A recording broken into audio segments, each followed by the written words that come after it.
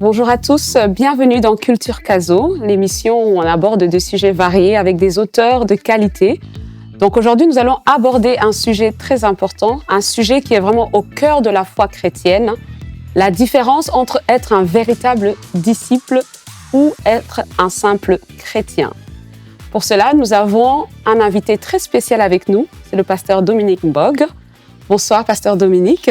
Bonsoir Nisha. Nous sommes également accompagnés de Olivier. Bonsoir Olivier, est-ce que tu vas bien? Nisha, très bien, toi-même. Très bien, par la grâce de Dieu. Je suis vraiment ravi d'être là. Également. Donc, comme nous l'avons dit tout à l'heure, nous avons vraiment un invité spécial et nous sommes vraiment honorés de le recevoir aujourd'hui. Et cet invité, je vais le présenter, mais je crois que lui-même en dira un peu plus sur lui. Donc, il est pasteur, il est auteur, il est également conférencier, il est aussi, comment on peut dire, pasteur Dominique? C'est un être humain, créé à l'image et à la ressemblance de Dieu. Mais je pense qu'il y a une autre casquette que vous avez. Voilà, donc je suis auteur, auteur de plusieurs livres. Je suis passionné par l'enseignement. C'est pour ça que je suis formateur aussi. Exactement. Je suis fondateur du centre de formation français pour mieux réussir.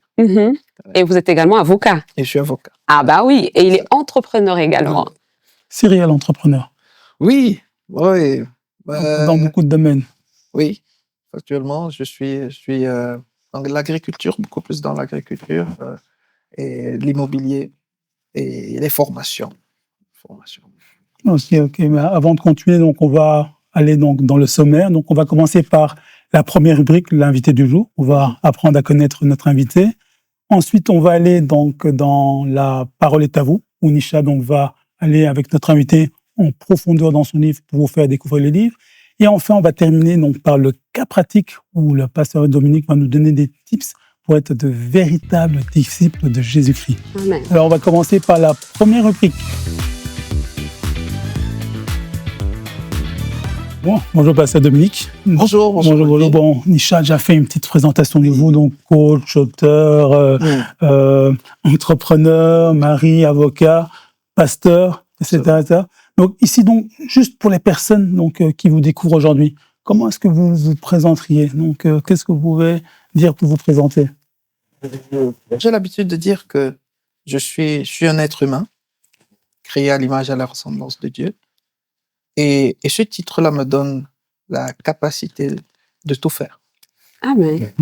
Voilà, donc j'aime très souvent me présenter de telle façon pour que tout le monde comprenne que Dieu a prévu que les êtres humains ordinaires comme nous puissent faire des exploits. Donc ces exploits, nous les faisons tout simplement parce que l'image de Dieu, la ressemblance de Dieu, fait partie de notre ADN. Voilà. Très intéressant. C'est ça. Ça fait que quand on se présente soi-même, ou encore on est conscient de ce que nous sommes, l'image et la ressemblance de Dieu, ça fait que chaque fois que Dieu aura besoin d'un auteur, il viendra chez toi. Il aura besoin d'un entrepreneur, il viendra chez toi. Il aura besoin de toutes les autres choses qui sont aujourd'hui des casquettes que j'ai. Il viendra chez moi. Si je m'étais limité à me présenter comme avocat, Dieu ne se serait peut-être pas servi de moi comme auteur ou comme pasteur ou comme toutes les autres choses. Okay. Moi, j'ai l'habitude de recommander à tout le monde. C'est pas pour rien que Dieu, lorsqu'il nous a créés, il a dit faisons l'homme à notre image, selon notre ressemblance. Donc, ça nous suffit. Alors, donc, je parle à quelqu'un. Si tu es créé à l'image et à la ressemblance de Dieu, je viens de t'annoncer une bonne nouvelle. Tu es capable. Avec Dieu, tu vois, tout est possible. Alors ici, pasteur, pour continuer, j'aimerais qu'on puisse revenir à vos débuts dans la foi.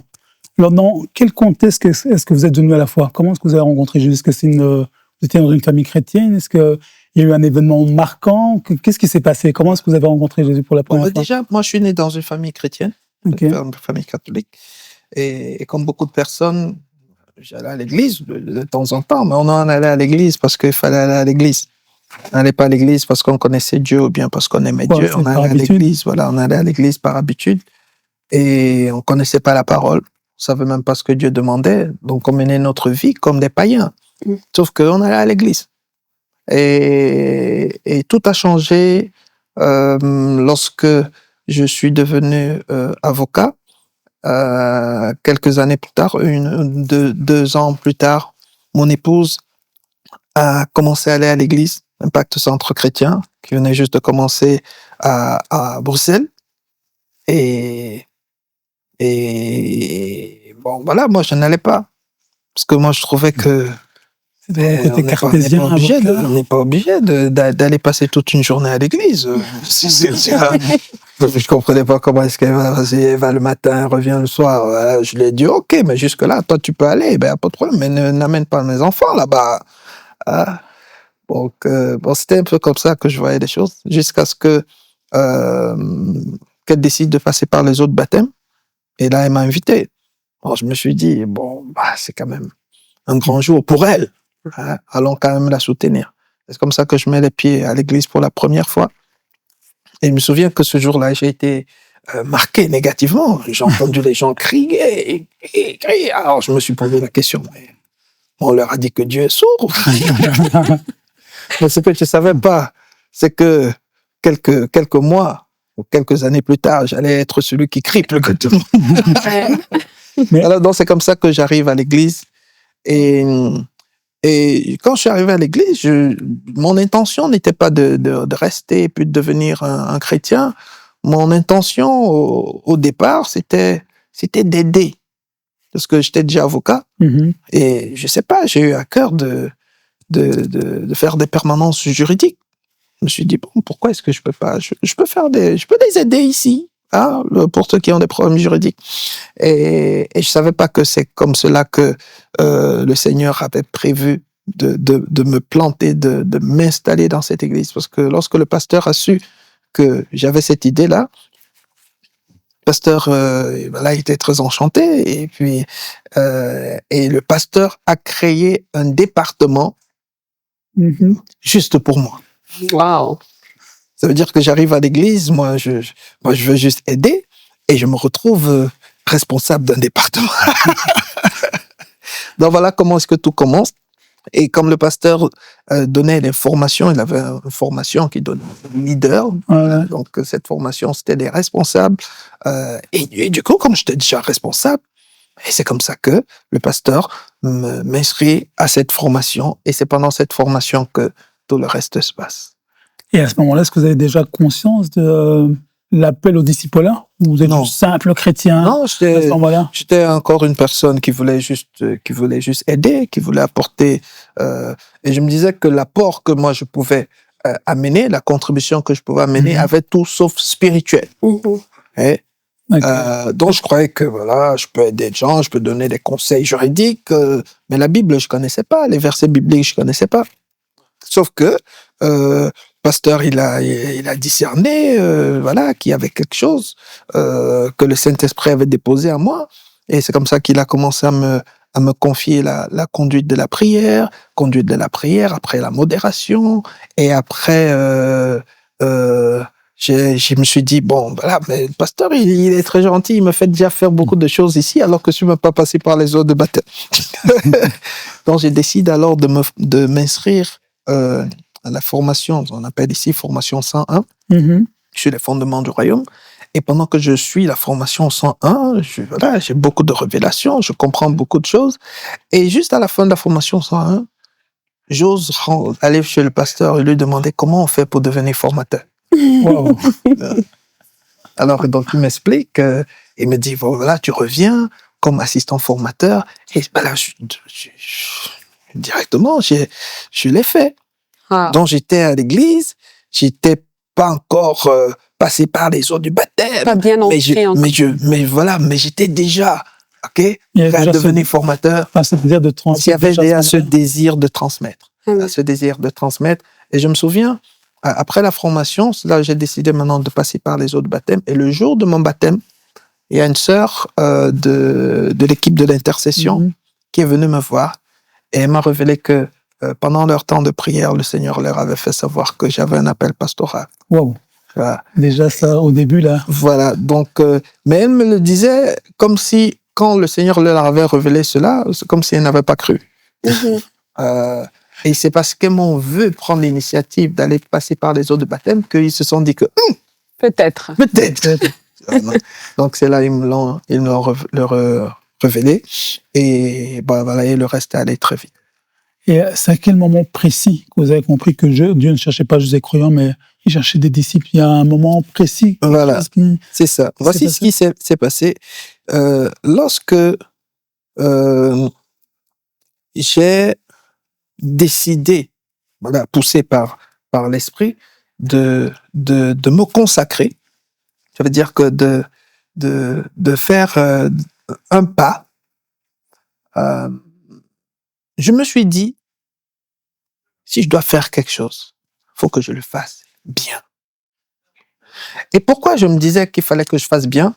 Parce que depuis que je suis petit, comme j'ai dit, j'ai grandi dans une famille chrétienne, sauf que les chrétiens, la plupart des chrétiens que je connaissais, me paraissaient très légers, paraissaient des personnes qui trouvent pas leur chemin, pour dire en gros, ils donnaient pas envie. Voilà, cette personne. Ils donnaient pas envie. Et malheureusement, comme je connaissais pas la Bible, j'avais l'impression que c'est ça, être un chrétien. Ça veut dire qu'être un chrétien, c'est être comme eux. Et alors, je me disais, si c'est ça, là, se dire que la religion chrétienne, c'est pas ça. C'est pas ça. Et un jour, j'ai écouté un prédicateur qui était en train de dire que la plupart des enfants de Dieu ne font pas ce que Dieu demande. Et c'est pour ça qu'ils n'ont pas les résultats que Dieu a promis. Et là, j'ai eu la révélation, je dis, ok, donc c'est pas Dieu qui a un problème, c'est pas la Bible qui a un problème. Le problème, c'est ces personnes-là qui font pas exactement ce que Dieu. Alors, j'ai décidé ce jour que si je vais devenir un chrétien, mais un chrétien qui fait exactement ce que la Bible demande. Yes. Okay? Donc, c'est comme cela alors que je suis devenu un passionné, un amoureux de la parole. Comme j'avais déjà le background juriste, de juriste, je connaissais la nécessité de suivre, de respecter la règle à la lettre. Okay? Je savais que si tu déroges un petit peu, ce n'est plus la même chose. Ouais. Donc, mon approche de la Bible, mon approche de la vie chrétienne est devenue une approche, si je peux dire, radicale. Sauf que le mot radical, bon, je trouve que ça devrait pas être le mot qu'on devrait utiliser ici. Ça devrait juste être la norme. Parce que c'est Dieu lui-même qui a dit, on n'ajoute rien et on ne retranche rien. Voilà, Pasteur Dominique, tout à l'heure, vous avez parlé de disciples engagés. Donc ici, comme vous savez, vous êtes invité pour parler de votre ouvrage, oui. Le véritable disciple de Christ. Absolument. Voilà. Donc, pour être un vrai disciple de Christ, je suppose qu'il y a des caractéristiques à manifester. Oui. Donc, je vais poser un peu une question et une sous-question en même temps. Premièrement, quelles sont les caractéristiques d'un disciple? Ça, c'est ma première question. Et deuxièmement, est-ce qu'on peut dire qu'on aime réellement le Seigneur sans manifester ces caractéristiques? Bah, et ce qu'il faut savoir, c'est que aimer le Seigneur et être un disciple, c'est deux débats différents. D'accord. Okay. Pourquoi est-ce que nous devons plutôt nous focaliser sur le disciple-là? C'est parce que c'est ce que Jésus nous a demandé d'aller faire. Allez et faites de toutes les nations des disciples. Okay. Jésus a besoin des disciples. Si Jésus avait besoin des chrétiens, il nous aurait demandé d'aller faire des chrétiens. S'il avait besoin des amoureux de Christ, il devait demander d'aller faire des amoureux de Christ. Mais il a dit de manière claire d'aller faire des disciples. Et maintenant, le disciple, c'est quoi? Le disciple, c'est Jésus aussi qui nous dit qui est disciple. C'est lui qui nous donne les caractéristiques du disciple. Pourquoi c'est important de le dire? C'est parce que parfois, il y a des gens, ils se font appeler disciples. Ouais, on l'appelle juste disciple parce qu'on a peut-être vu que il prie, il participe aux sorties d'évangélisation. Mais ici, la raison pour laquelle j'ai écrit le livre, c'était parce que c'est Jésus qui dit qu'il est disciple. Exact. C'est pas un bishop, c'est pas un pasteur qui donne le titre de disciple à quelqu'un. Alors Jésus, en me penchant alors dans les Écritures, j'ai essayé de voir comment est-ce que Jésus a décrit un disciple. Ça veut dire que comment est-ce qu'on peut reconnaître un disciple selon Jésus. Et alors on voit par exemple que Jésus a dit que le disciple c'est celui-là d'abord qui le suit après avoir renoncé à lui-même et s'être chargé de sa croix. Mm. Ok. Ça veut dire que beaucoup d'entre nous disons que nous suivons Jésus. Mais tu peux pas suivre Jésus si tu n'as pas renoncé à toi-même et que tu ne t'es pas chargé de la croix. Wow. Ok. Ça veut dire que c'est le prérequis. C'est la toute première chose qu'on doit faire si on veut suivre Jésus. Donc, quelqu'un qui n'a pas renoncé à lui-même, il ne s'est pas chargé de sa croix, quel que soit ce qu'il pense de sa vie chrétienne, même s'il dit qu'il suit Jésus, Jésus ne pourra pas le reconnaître comme quelqu'un qui le suit. Okay? Et c'est très important pour nous de comprendre ça, parce qu'aujourd'hui, non seulement nous ne renonçons pas nous-mêmes, non seulement nous ne chargeons pas de notre croix, mais nous n'en faisons même pas un sujet de prière. Ça veut dire que ça ne nous dérange même pas. Wow. De pas le faire. Alors que c'est la toute première chose que nous sommes censés faire avant de prétendre suivre Jésus. Donc là, dans ça, c'est la première caractéristique. Deuxième caractéristique, Jésus nous l'a fait également savoir, le disciple, c'est cette personne qui porte beaucoup de fruits. Il a dit dans Jean 15, verset 8, c'est lorsque vous allez porter beaucoup de fruits que vous serez mes disciples. Yes. Ok? Donc, et mon Père sera glorifié en ce moment-là. Jésus nous a également fait comprendre que le disciple, c'est cette personne-là qui garde ses commandements. C'est-à-dire que il a dit, je pense que dans Jean 8, partie de verset 30, il dit que maintenant que vous avez cru en Jésus, donc il parle de quelqu'un qui est né de nouveau, tu es né de nouveau, il dit, OK, maintenant, ce que tu dois faire maintenant, c'est demeurer dans ma parole. Si vous demeurez dans ma parole, vous êtes vraiment mes disciples. Et c'est là où il dit que vous connaîtrez la vérité et la vérité vous affranchira. Okay. Donc Jésus nous dit, c'est Jésus qui dit qui est disciple. Et si nous voulons faire comme nous voulons, il dira à propos de nous le dernier jour, je vous ai jamais connu.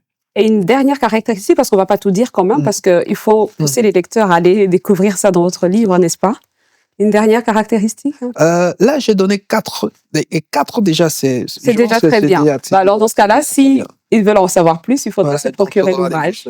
Exactement. Okay, merci beaucoup, pasteur, pour ce témoignage. On va quand même plonger un peu dans le cœur de votre livre. Et je vais laisser la parole à Nisha, donc qui va aller avec vous donc un peu plus en profondeur dans le livre et qui va vous poser quelques questions par rapport à ça. Merci. Parfait. Donc, ici, on parle du véritable disciple. Et vous avez donné quelques caractéristiques tout à l'heure. Pardon. Mais par contre, je pense que parfois, certaines personnes pensent légitimement être disciples de Christ. Mais voilà, parce que, comme vous dites, il sert le Seigneur, il va à l'église, voilà, il donne les formations, il fait l'évangélisation. Donc, il s'est dit, je suis disciple. Mais vous avez quand même parlé dans le livre de la différence entre un simple chrétien et un disciple de Christ. Mais maintenant, quelle est la différence fondamentale que vous pouvez apporter entre ces deux termes? Entre ces deux, ce qu'il faut savoir, c'est que la Bible, quand elle parle de disciples, elle parle également des brebis. Okay? Les brebis, en fait, ce sont des disciples. Les brebis et disciples, ce sont des synonymes. Jésus a dit, les brebis entendent ma voix et me suivent. Et me suivent. Elles entendent ma voix et me suivent. Alors, le chrétien, aujourd'hui, il entend la voix du Seigneur et il décide de suivre quand ça l'arrange. Il décide de suivre quand il a le temps. Il décide de suivre quand la météo est favorable. Okay? Il décide de suivre quand il voit son intérêt.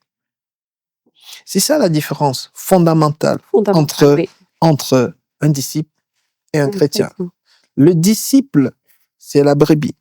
Si tu veux encore, le disciple, c'est un mouton. C'est un mouton. Ça veut dire que si tu veux, il suit bêtement. Si on peut oser s'exprimer comme ça. Mais vous comprenez bien ce que je suis en train de dire. Parce que celui qu'on prend pour bête, en fait, c'est lui le sage. Okay? Il suit bêtement. Ça veut dire que c'est quelqu'un qui peut, par exemple, laisser ses propres intérêts à partir du moment où le maître a besoin de lui, quelque part. Un peu comme Pierre. Pierre avait tout un business de pêche. Mais le maître lui a dit une seule fois, laisse tout ça, suis-moi. Il n'a pas dit, laisse-moi d'abord arranger tout, donne-moi 2 jours. Hein? Question de licencier le salarié et tout. Non, il a tout laissé immédiatement. Okay? Aujourd'hui, un chrétien, va considérer ce geste comme un manque de sagesse. Il faut quand même arranger des choses, voilà, et après maintenant tu pourras suivre le maître. Ouais, c'est ça la différence entre un disciple. Le disciple, dès qu'il entend la voix, il laisse tout. Très bien, merci pasteur. Okay? C'est ça. C'est pour ça que Jésus a besoin des chrétiens, des disciples. Il n'a pas besoin des chrétiens. C'est une bonne chose que vous ayez évoqué Pierre, parce que Pierre était un des disciples de Christ, n'est-ce pas? Et on voit un moment dans la Bible, quand Jésus demande « Qui suis-je ?» et il pose cette question aux disciples. Et Pierre est celui qui a la révélation de qui est Christ. Et dans votre livre, vous évoquez un faux sentiment de sécurité spirituelle. On va dire que comme Pierre, on lui dit, voilà, ce n'est pas toi qui as eu cette révélation, mais c'est le Seigneur qui te l'a révélé. Et puis Pierre pouvait se sentir un peu, waouh, je suis arrivé, je suis vraiment un véritable disciple de Christ. Mais on voit plus tard, quand Jésus est arrêté, Pierre qui renie quand même Jésus. Est-ce qu'on peut dire que Pierre faisait partie de ces personnes qui avaient un faux sentiment de sécurité spirituelle? Et surtout, comment le reconnaître? Oui, c'est pour ça que le vrai disciple, c'est une personne qui renonce d'abord à elle-même et ensuite elle se charge de sa croix. Pourquoi le renoncement est crucial dans notre marche avec Jésus? Jésus, un jour, a donné cette parabole d'une personne qui construit sa maison. Il a dit, est-ce que tu as déjà vu une personne qui veut construire sa maison et qui ne prend pas le temps de s'asseoir et calculer, être sûr qu'il a tout pour que quand il va commencer à construire, il aille jusqu'au bout. Parce que s'il ne va pas jusqu'au bout, les gens vont se moquer de lui. C'est juste après avoir donné cette illustration, Jésus dit maintenant, c'est pourquoi quiconque veut me suivre doit renoncer à lui-même, se charger de sa croix, le suivre. Alors, où est le lien avec les deux? Jésus était en train de nous dire clairement, en fait, il était en train de nous mettre en garde. Et il dit que quiconque ne renonce pas à lui-même et ne se charge pas de sa croix, il ne finira pas sa course. Okay? Ça veut dire que Pierre pouvait bien commencer avec des révélations. Mais Pierre, il était condamné à ne pas finir sa course parce que Pierre n'avait pas encore renoncé à lui-même.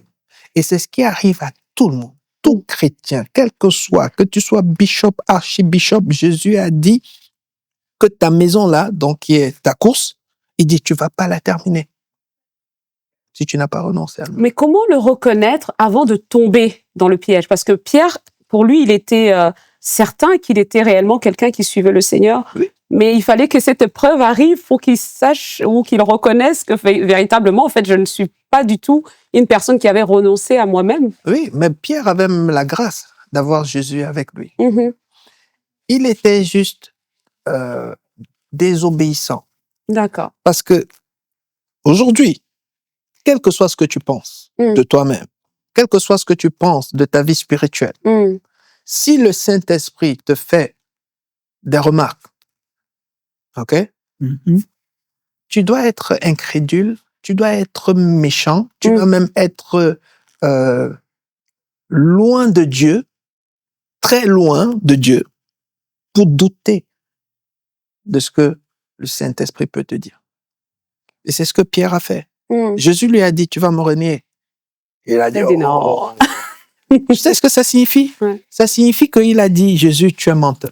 Une personne qui peut déjà dire, Jésus, tu es menteur, il peut pas être disciple.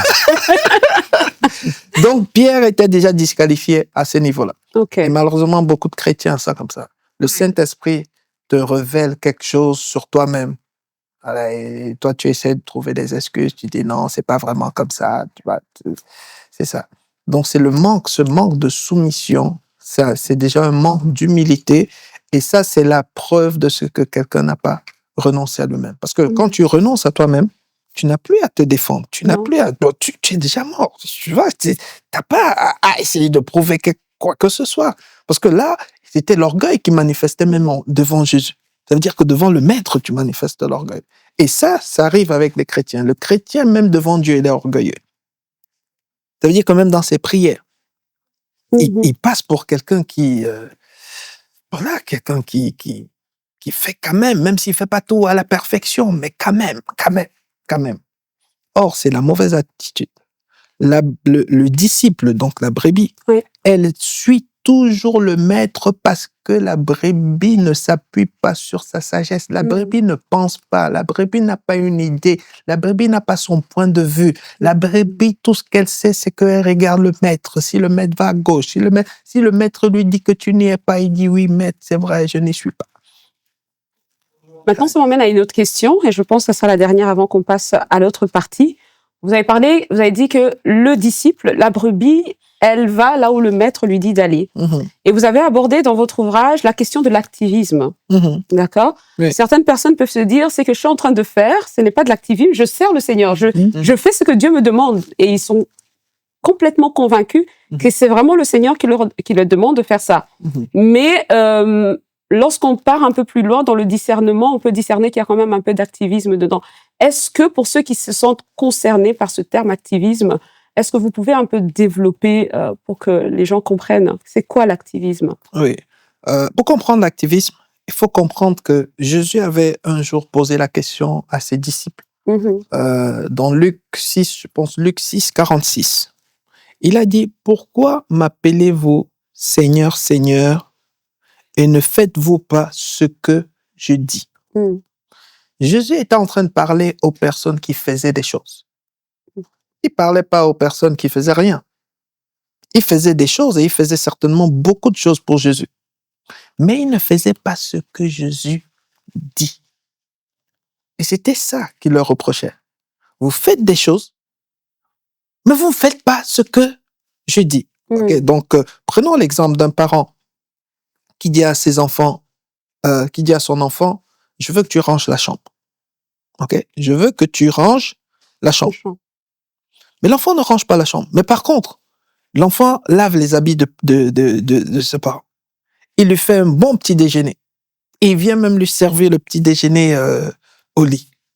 Oh papa, je t'aime beaucoup. Regarde, j'ai fait ce petit déjeuner pour toi. C'est magnifique, c'est tout. Tu vois? Tu regardes l'enfant, tu dis, petit déjeuner, c'est bien. Les habits que tu as lavés, c'est bien. Tu as repassé les habits, c'est bien. Mais est-ce que tu as rangé la chambre? Si j'avais besoin du petit déjeuner, je t'aurais demandé. Si j'avais besoin que tu repasses mes habits, je t'aurais demandé. Mais ce que je t'ai demandé, tu ne l'as pas fait. C'est de ranger la chambre. Vous voyez? C'est pas un enfant obéissant. C'est pas un enfant qui honore les parents. C'est pas un enfant qui respecte les parents. C'est un enfant qui a choisi, lui, ce qu'il va faire pour ses parents. Très profond. Okay? Et c'est pour cela que beaucoup d'entre nous, nous déshonorons Dieu parce que nous voulons donner à Dieu ce que nous voulons.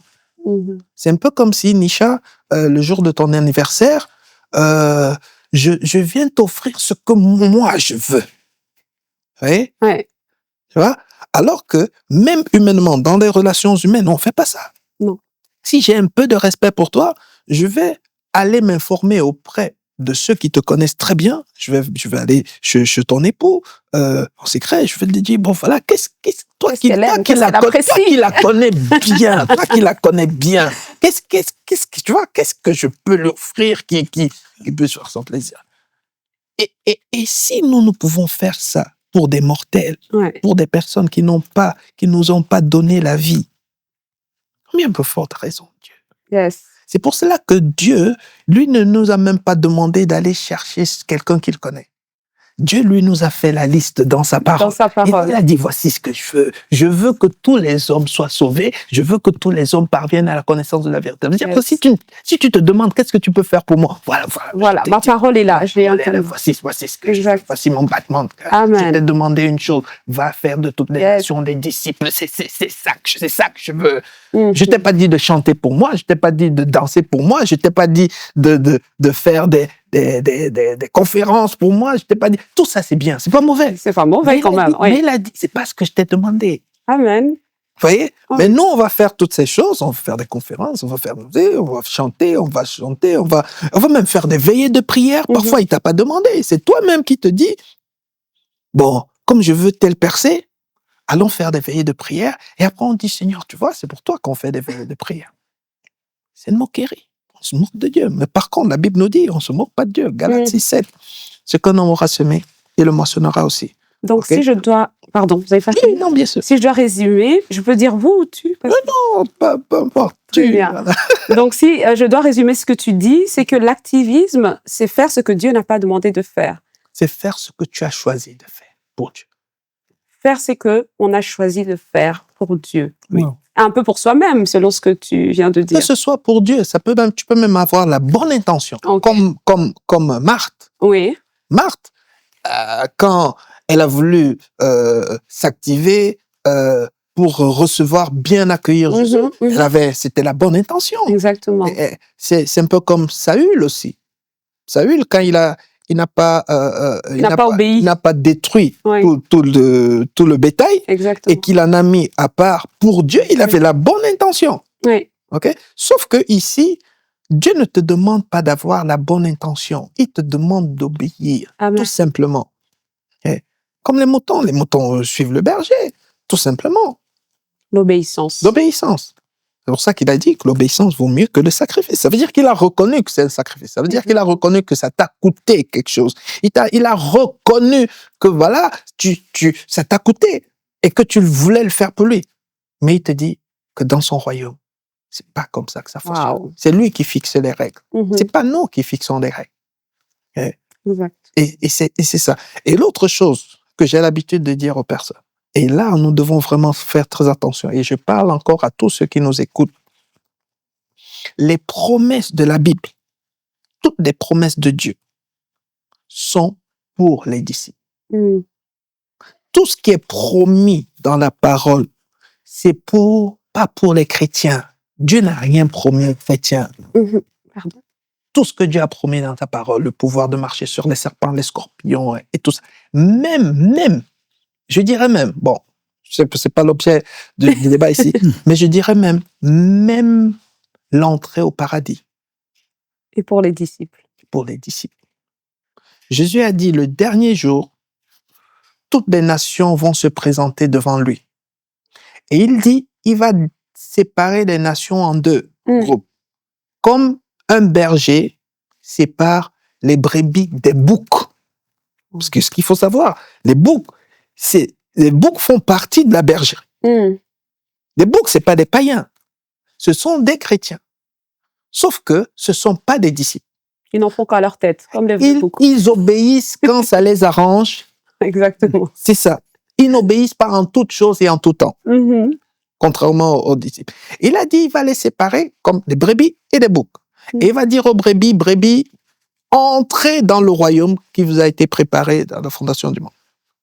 Parce que quand j'avais faim, et ainsi de suite, vous connaissez. Et il se tourne maintenant vers les boucs. Pas vers des méchants. Non, les boucs. Pas des païens, pas des gens qui ne connaissaient pas. Non, des gens qui étaient dans la bergerie, mais qui de temps en temps désobéissent. Il dit, vous, entrez dans le lac de feu. J'étais dans le lac de feu qui a été préparé pour Satan et ses anges. Wow. Pas pour les boucs, mais pour Satan et ses anges. C'est profond de faire cette différence. Vous voyez, c'est pour cela que c'est très important qu'on comprenne que ce n'est pas parce que on a dit Seigneur Jésus, je t'accepte comme mon Seigneur et Sauveur, que on va entrer au paradis. Ok? C'est des choses, c'est bon, ok, mais il faut le dire. Il faut le dire. Il faut le dire. Pourquoi? Parce que l'apôtre Paul, si l'apôtre Paul lui-même, après avoir fait tout ce qu'il a fait pour le Seigneur, déclare que il traite durement son corps et le maintient assujetti de peur. Paul n'a peur de rien, mais il avait peur d'une chose, de peur que lui soit lui-même disqualifié après avoir prêché aux autres. Wow. Et c'est important de comprendre ça. Il nous le dit dans 1 Corinthiens 9, partie de verset 24. C'est important. En tout cas. Nous devons devenir des disciples. Tout est pour des disciples. Et quand on n'est pas disciple, Ça ne veut pas dire que tu ne seras pas béni, tu ne vas pas avoir telle ou telle autre chose, mais sauf que quand tu vas avoir telle ou telle autre chose, ne te dis pas que ça vient de Dieu nécessairement. Parce que c'est là où les gens se trompent. Il n'est peut-être pas un disciple, mais il est béni. Il est béni. Okay. En tout cas, merci, Pasteur Dominique. Olivier, maintenant, on va passer au cas réel que beaucoup vivent. Voilà, donc on va essayer d'appliquer donc tout ce qu'on a entendu donc à un cas réel. Donc je vais juste lire le cas donc d'une personne. Donc je suis chrétien depuis longtemps, je vais à l'église, donc il va à toutes les veillées, il va à toutes les activités, il fait toutes les sorties d'évangélisation, mais il sent qu'en fait sa vie n'avance pas. Donc il stagne. Donc la première question, c'est comment est-ce que cette personne peut faire pour vraiment rentrer donc dans la vie de disciple? Quelle première étape concrète est-ce qu'elle peut faire pour vraiment devenir un disciple? Mais quand il dit que sa vie stagne, il parle de quelle vie? Mais je pense c'est sa vie, c'est même spirituelle. Donc il n'avance pas, il fait tout, mais il sent que voilà, il n'y a pas de percée. Donc il n'avance pas, il est là. Il fait du surplace en fait. Voilà. Donc ce qu'il faut d'abord savoir, c'est que premièrement, savoir si ta vie stagne ou si ta vie progresse, c'est une question d'abord de foi. D'accord? Ça veut dire que Dieu ne nous a jamais dit que le progrès se mesure de telle ou de telle autre façon. Le progrès, ça ne veut pas dire que voilà, si tu priais 1 heure maintenant, quand tu pries 2 heures, ça veut dire que tu as progressé. Le progrès ne signifie pas que si tu avais une voiture et que maintenant tu en as 2, c'est que tu as progressé. Okay? Ce qu'il faut savoir, c'est que nous sommes tous créés en Jésus-Christ, comme la Bible nous dit dans Éphésiens 2:10, pour des bonnes œuvres que Dieu a d'avance préparées pour nous afin que nous les accomplissions. Ce qui intéresse Dieu, la préoccupation de Dieu pour chacun de ses enfants, c'est l'accomplissement de ta mission. Okay?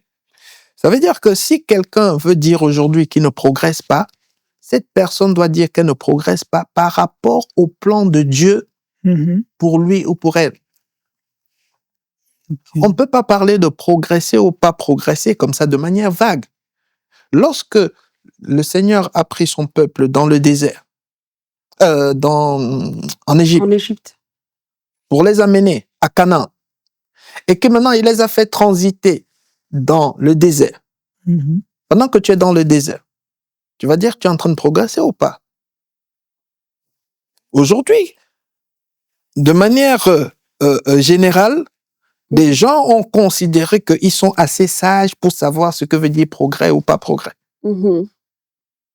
Alors qu'on n'a pas la sagesse de savoir ce que ça veut dire progrès ou pas progrès. Quand Dieu les a mis dans le désert, humainement, ça avait l'air d'être un retour en arrière. C'était comme si un désastre. Mais dans la pensée de Dieu, ils étaient en train de progresser. Pourquoi? Parce que le désert était en train de produire quelque chose en eux. Amen. Ça veut dire qu'avant que la chose commence à travailler pour toi, ça veut dire qu'avant que tu vois les fruits, si on peut dire comme ça commence d'abord à travailler à l'intérieur de toi. Justement, là, ça vient donc ma question. Quels fruits commencent à apparaître justement quand on progresse? Quels fruits est-ce qu'on visible? Est-ce qu'on peut voir? Pour moi, on ne doit même pas se focaliser sur je suis en train de progresser ou pas progresser. Ce qui doit intéresser celui qui veut être disciple, c'est juste le fait de savoir que est-ce que je me suis abandonné totalement ou pas. C'est pas à nous de progresser. Cette notion de progresser ou de faire des choses ou de réaliser des choses, c'est pas la volonté de Dieu. Ce que Dieu nous demande, et c'est ce que l'apôtre Paul nous dit clairement dans Romains 12:1, offrez vos corps comme des sacrifices vivants. Okay? Dieu n'a pas besoin qu'on progresse. Dieu a besoin que nous lui donnions nos corps comme des sacrifices vivants pour qu'il en fasse ce qu'il veut. Et maintenant, dans ce qu'il veut, si on prend l'exemple de Jésus, il y avait la croix. Il a pris Jésus, il l'a mené à la croix. Maintenant, quand on t'amène à la croix, bon, dis-moi, dans nos termes humains, tu as progressé ou pas? Plutôt, on est allé vers Le c'est sens ça. contraire Tu vois, vers la croix. Ouais, Alors, c'est ça. nous devons revenir à la vérité. Laissons ces histoires de progresser ou pas progresser. Dieu a un plan et il a juste besoin de ton corps. OK. Le reste là, c'est pas ton affaire. Il en fait ce qu'il veut. Mhm. Ok? OK. C'est juste ça. Il en fait ce qu'il veut. La Bible dit que il fait de certains des vases d'honneur et des autres des vases Vile. mais il en fait ce qu'il veut. Mais c'est pas parce qu'il a fait de toi vase d'honneur que ça signifie que tu as réussi. Non. C'est pas parce qu'il a fait de toi un vase d'usage ordinaire que tu as échoué. Pasteur Tout ce Dominique. qu'il veut, c'est que la réussite ou l'échec, c'est que est-ce que tu m'as laissé façonner comme j'ai voulu façonner. Merci, Pasteur Dominique, parce que ce que tu dis là tout à l'heure me ramène à ce que tu as dit au tout début de l'émission, le fait de renoncer à soi-même. Mhm. Cela montre que on devient réellement disciple de Christ. Mais c'est un mot quand même qui fait peur, Mhm. parce que tu l'as beaucoup cité tout à Mhm. l'heure. Comment rassurer ces personnes qui ont justement peur de renoncer? Parce qu'on a parlé de progression, de porter du fruit, Mhm. mais cela signifie au fait donner toute la place à Dieu, Ouais. parce qu'une brebis s'abandonne à son berger. Absolument. Et donc, c'est qui implique le renoncement total de soi. Mhm. Mais pour ceux qui ont du mal à pouvoir renoncer à Mhm. eux-mêmes, à renoncer à leurs projets, à renoncer à leur ambition, à renoncer à leur à leur avenir Mhm. propre qui se sont un peu tracés, Mhm. comment les rassurer pour un peu finir? Je vais leur dire que ils n'ont pas compris ce que veut dire renoncer. Ok. C'est un terme crucial dans notre vie chrétienne. Et malheureusement, la plupart des personnes ne comprennent pas ce que signifie renoncer à soi-même. Il y a des personnes qui pensent que renoncer à soi-même, ça veut dire faire des sacrifices, tout sacrifier, et ainsi de suite. Mais la vraie définition de renoncer à soi-même, Mhm. c'est renouveler son intelligence. OK? Parce Amen. que le vrai toi, quand on dit renonce à toi-même, le vrai toi, sont tes pensées. OK? La Bible nous dit qu'il est tel que les pensées dans son âme. Je pense au Proverbe 23, verset 7. On est tel que, ça veut dire que tu es, le toi là, c'est des pensées de ton âme. Mm. C'est ça qui fait toi. Le vrai toi, c'est pas Nisha qu'on voit, voilà, elle est comme ça, tu vois comment tu peux la reconnaître physiquement. C'est la raison pour laquelle, quand tu quittes un environnement Mhm. et que tu vas dans un autre environnement, où tu as un autre mindset, quand tu retrouves tes anciens amis des années plus tard, Mhm. et que tu te mets à parler avec eux, ils te disent mais Nisha, on te reconnaît plus. Mais qu'est-ce qu'ils sont en train de dire? Ils sont pas en train de dire que physiquement, on t'a pas reconnu. Mais on est en train de dire que la vraie Nisha, ça veut dire que ce qui faisait l'objet de tes pensées a totalement changé. Changer. OK? Wow. Donc, le vrai toi, c'est ton mindset. OK? Maintenant, quand Dieu te dit renonce à toi-même, il est en train de dire que tout ce qui fait l'objet de tes pensées, Mhm. il faut que tu le renies. Alors, qu'est-ce qui fait l'objet de tes pensées? Au moment où Jésus t'attire, ce qui fait l'objet de tes pensées, c'est ce qu'on t'a appris à l'école, ce que tes parents t'ont appris, ce que la société t'a appris. C'est ça qui fait l'objet de tes pensées. Et ce que la société t'a appris, c'est quoi? C'est entre autres, il faut aller à l'école, il faut être ambitieux, il faut avoir une belle voiture, faut avoir. OK? Pourquoi aujourd'hui Jésus te demande de renoncer à tout ça? Parce que quand Jésus va te dire, t'as pas besoin de voiture, tu vas dire non, il me faut la voiture. Sauf que tu ne sauras pas que la seule raison pour laquelle tu es convaincu qu'il te faut la voiture, c'est parce que c'est ce qu'on t'a appris. Yes. Amen. OK? Donc tu as eu une éducation du mensonge. Et Jésus te dit, cette éducation du mensonge t'amène vers la mort. OK? Si tu veux marcher avec moi, Wow. débarrasse-toi toi-même Mhm. de toute cette éducation, Mhm.